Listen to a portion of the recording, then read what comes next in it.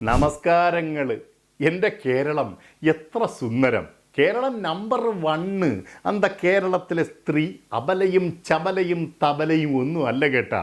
ഇങ്ങ് ദേശിംഗ നാട്ടിൽ നിന്ന് കണ്ണിക്കണ്ട ഊടുവഴിയിലൂടെയൊക്കെ സ്വന്തമായിട്ട് വണ്ടി ഓടിച്ചങ്ങ് തിരുവനന്തപുരത്തെത്തി കൊറിയൻ വുമണിൻ്റെ പ്രച്ഛന്ന വേഷം കിട്ടി മുട്ടം പ്ലാറ്റിക്കേറി മറ്റൊരു വനിതയെ ക്ലോസ് റേഞ്ചിൽ ടിസ്കോ ടിസ്കോ എന്ന് വെടിപൊട്ടിച്ചതും നമ്മുടെ സ്ത്രീ ശാക്തീകരണം തന്നെ.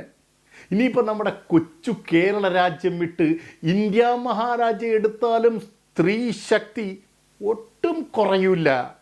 വ്യാജ ബിരുദങ്ങളുണ്ടാക്കി IAS പട്ടം കരഗതമാക്കിയ പെണ്ണും പിള്ളേരെ പേരെന്തര് മറന്നുപോയല്ലേ? അത് തന്നെ പൂജ ഖേത്കർ. അവർ വേറെ ലെവല്. ഇനി അടിയന് വേറൊരു സംശയം. നമ്മുടെ നാടിൻ്റെ പേര് കേരളം എന്നാക്കി മാറ്റി സഭയിൽ പ്രമേയം അവതരിപ്പിച്ചു. തോനെ ദിവസം ആയിട്ടില്ല. അപ്പോൾ പലജാതി കേരളം ഉണ്ടാ.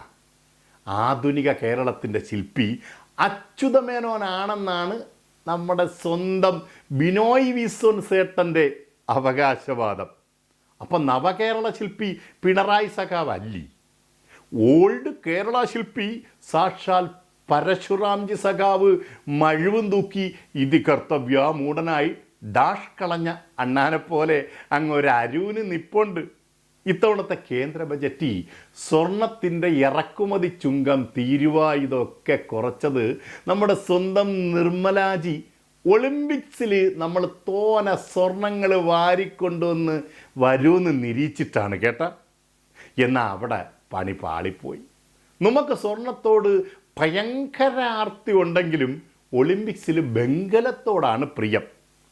അർജുനമ്മാവൻ്റെ പാരമ്പര്യമൊക്കെ അവകാശപ്പെടാറുണ്ടെങ്കിലും ഇന്ത്യൻ താരങ്ങളെ ഇത് അമ്പുകൾ മൈതാനത്തിന് പുറത്തേക്ക് അന്തം പറക്കുന്ന കാഴ്ചയാണ് നമ്മളൊക്കെ കണ്ടത്.